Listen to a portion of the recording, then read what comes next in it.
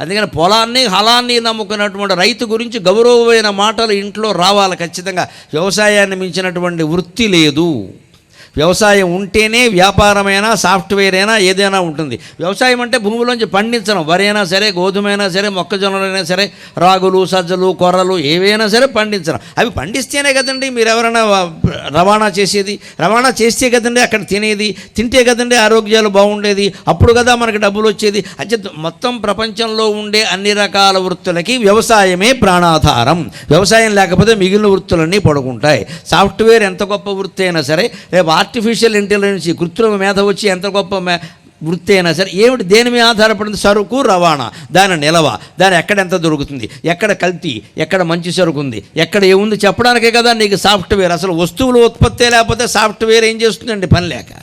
వస్తువుల ఉత్పత్తి ఉంటే సమాచారం, వస్తువే లేనప్పుడు సమాచారం ఎవరికి?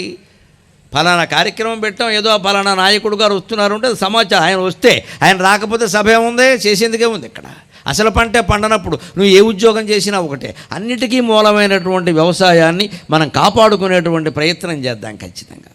ఇంకొక మాట, నాయకులకు కూడా నా విజ్ఞప్తి, నాకు ఎప్పుడూ మొహమాటం లేకుండా మాట్లాడడమే అలవాటు. కాబట్టి మనం జరుగుతున్న భాగవతాన్ని గమనించండి. జాతికి మూల వృత్తి వ్యవసాయము, దానిని లక్ష్య పెట్టరు. జాతికి మూల వృత్తి వ్యవసాయము, దానిని లక్ష్య పెట్టరు.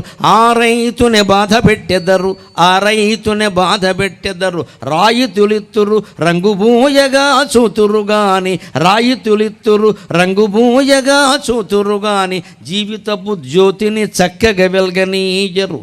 రాయితులిత్తురు రంగుబూయగా చూతురు గాని, జీవితపు జ్యోతిని చక్కగా వెల్గనీయరు. ఆ సేతు హిమాచలము వరిచేను, ఆ సేతు హిమాచలము వరిచేను, అయినన్ కడుపెండిపోవుటే.